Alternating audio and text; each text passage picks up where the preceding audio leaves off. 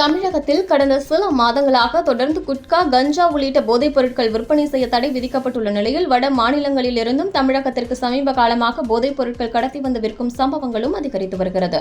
இந்நிலையில் செங்கல்பட்டு மாவட்டம் படாளம் காவல் நிலைய எல்லைக்குட்பட்ட நடராஜபுரம் பகுதியில் உள்ள வீட்டில் கஞ்சாவை பதுக்கி வைத்திருப்பதாக போலீசாருக்கு கிடைத்த ரகசிய தகவலின் அடிப்படையில் நடராஜபுரம் பகுதியில் போலீசார் ரோந்து பணியில் ஈடுபட்டனர்.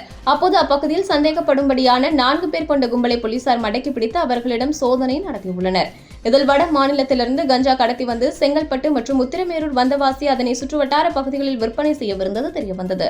இதில் வாலாஜாபாத் வயலூர் கிராமத்தை சேர்ந்த ராஜேஷ் வயது 19, சென்னை கண்ணகி நகரை சேர்ந்த வீரமருது வயது 31, கந்தன்சாவடி பகுதியை சேர்ந்த குபேந்திரன் வயது 30, சென்னை காரப்பாக்கத்தை சேர்ந்த தினேஷ் வயது 30 ஆகிய 4 பேரை கைது செய்து படாளம் போலீசார் அவர்களிடமிருந்து 16 கிலோ கஞ்சாவை பறிமுதல் செய்த பின்னர் அவர்கள் மீது வழக்கு பதிவு செய்து செங்கல்பட்டு குற்றவியல் நீதிமன்றத்தில் ஆஜர்படுத்தி சிறையில் அடைத்தனர்.